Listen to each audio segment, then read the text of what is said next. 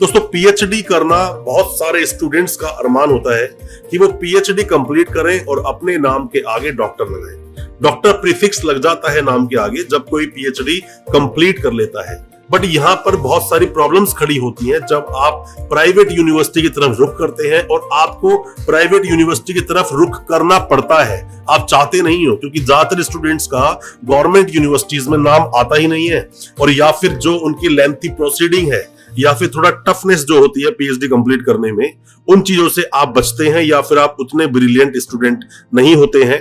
इन्हीं चीजों का फायदा उठाती है प्राइवेट यूनिवर्सिटीज। मैं आज बहुत कुछ बताऊंगा प्राइवेट यूनिवर्सिटीज के बारे में, और मेरा ये मानना है कि इस वीडियो के बाद में जितने भी तरह के सवाल आपके दिल में हैं कि आपको प्राइवेट यूनिवर्सिटी से पीएचडी करनी चाहिए या नहीं, मेरिट्स और डिमेरिट्स दोनों पर आज हम बात करेंगे अपनी इस वीडियो में। ज्यादा कुछ जानने के लिए दोस्तों बने रहिए हमारे इस वीडियो के साथ। नमस्कार दोस्तों, फिर एक बार स्वागत करता हूं आप सभी का अपने इस यूट्यूब चैनल पर जिसका नाम है distance and online education in India, और मेरा नाम है वीरेंद्र वर्मा। जैसा आप सभी जानते हैं, हम देश विदेश की यूनिवर्सिटीज, कॉलेजेस, उनके कोर्सेज को एक्सप्लोर एंड रिव्यू करते हैं और आपको बताते हैं सब कुछ जो आप जानना चाहते हैं।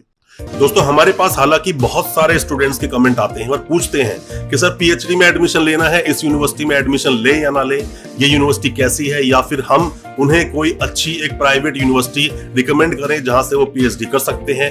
दोस्तों सिर्फ रिकमेंडेशन से कुछ नहीं होगा, सिर्फ बताने से कुछ नहीं होगा, क्योंकि पीएचडी को कंप्लीट करने के लिए 3 साल की आपको मदद चाहिए, आपको हेल्पिंग हैंड चाहिए होता है, और 3 साल तक के लिए जो भी कोई आपको सर्विस देगा वो अपना एक सर्विस चार्ज करेगा। तो आपका जो भी कोई कंसल्टेंट जिसके द्वारा आप एडमिशन लेते हैं बेहतर होगा, क्योंकि वो उस यूनिवर्सिटी को बेहतर तरीके से जानता है। सीधा आप चाहे खुद अपने आप कुछ कर ले तो यूनिवर्सिटी शुरू में आपसे बहुत अच्छे से बात करेगी, बहुत अच्छे से एडमिशन भी लेंगे, क्योंकि उनका एडमिशन लेने का प्रोसेस जितना आसान है पीएचडी कंप्लीट करना उतना ही आपके लिए टफ हो जाएगा।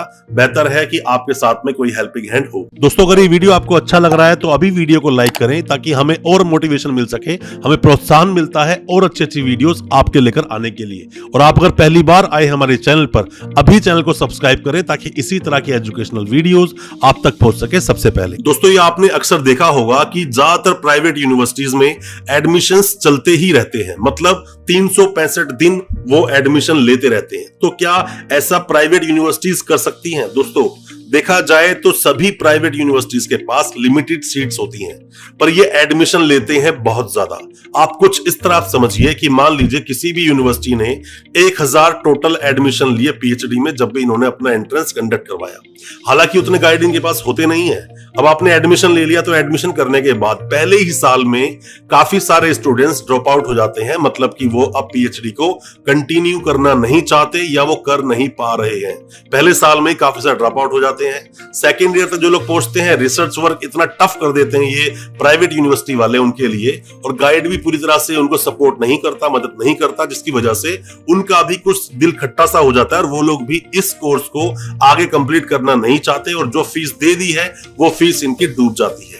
और जितने स्टूडेंट्स आगे तक पहुंच पाते हैं अच्छे से रिसर्च करके और आगे तक पहुंचते हैं, तो भी उनको इजीली डिग्री अवार्ड नहीं होती, और अगर अवार्ड का नंबर आ भी गया, कॉन्वोकेशन हो भी गया, तो वहां से पहले तो इन लोगों को मिलती है सिर्फ प्रोविजनल डिग्री। और काफी सारे स्टूडेंट्स सिर्फ प्रोविजनल डिग्री के ऊपर ही अपने आप को डिपेंड रखते हैं, और ये यूनिवर्सिटीज ओरिजिनल डिग्री जो होती है, मेन डिग्री जो होती है, वो इनको अवार्ड टाइम से करती नहीं है।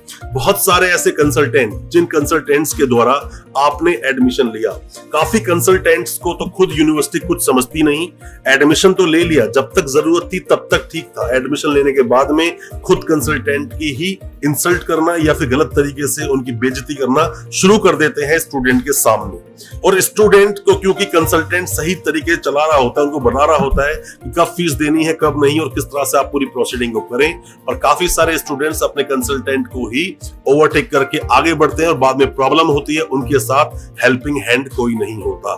दोस्तों आप किसी भी यूनिवर्सिटी के कोई भी डॉक्यूमेंट्स वेरीफाई करवाना चाहते हैं, वेरिफिकेशन के काफी सारे प्रोसेस होते हैं, पर जैसा मैं हमेशा अपनी वीडियोस के माध्यम से बोलता हूं कि आरटीआई एक बहुत अच्छा ऑप्शन होता है।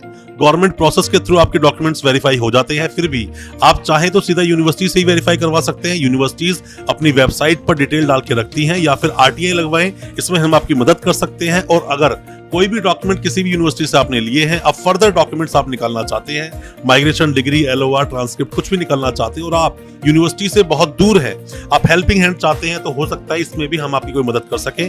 कोई भी डॉक्यूमेंट्स जो आपके यूनिवर्सिटी में भी पेंडिंग है। और दोस्तों कोई भी आप मदद चाहते हैं वेस्ट प्रोसेस में या फिर डिग्री को वेरीफाई करवाने के लिए, आप हमसे भी कॉन्टेक्ट कर सकते हैं। आप किसी भी प्राइवेट यूनिवर्सिटी से अपना PhD कर रहे हैं या फिर आप कंसल्टेंट है, परेशानियां आपको आ रही हैं, आप हमसे कांटेक्ट करें। हो सकता है हम आपकी उसमें कोई मदद कर सके, बट सभी स्टूडेंट्स को एक हेल्पिंग हैंड की जरूरत पड़ती है, क्योंकि PhD में बहुत सारी चीजें होती हैं जो टाइम टाइम करनी होती हैं, बहुत सारे अपडेट्स होते हैं जो आप तक नहीं पहुंच पाते हैं, और सही तरह से यूनिवर्सिटी के बारे में डिटेल में आपका कंसल्टेंट ही जानता है। तो बेहतर होगा कि आप उससे सब चीजों की इंफॉर्मेशन टाइम टू टाइम लेते रहें।